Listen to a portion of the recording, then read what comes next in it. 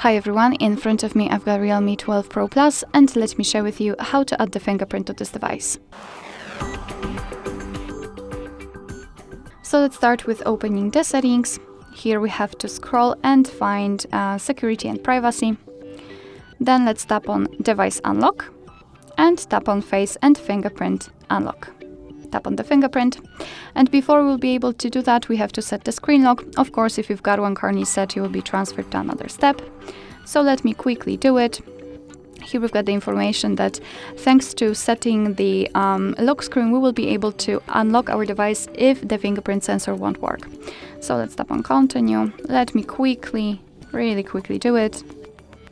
And now we've got the step with the fingerprint. So that was just an information of the screen protectors that they may affect the screen and the sensor, because the sensor is located under the screen, as you can see.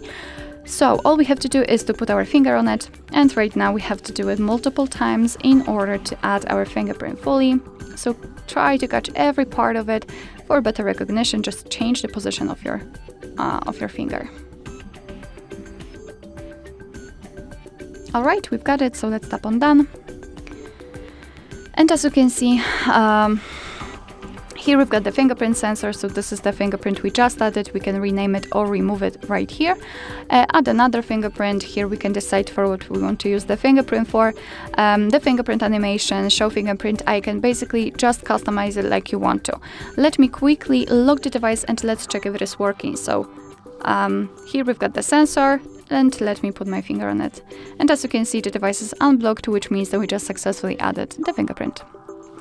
Alright, so that will be all. Thank you so much for watching. I hope that this video was helpful, and if it was, please hit the subscribe button and leave the thumbs up.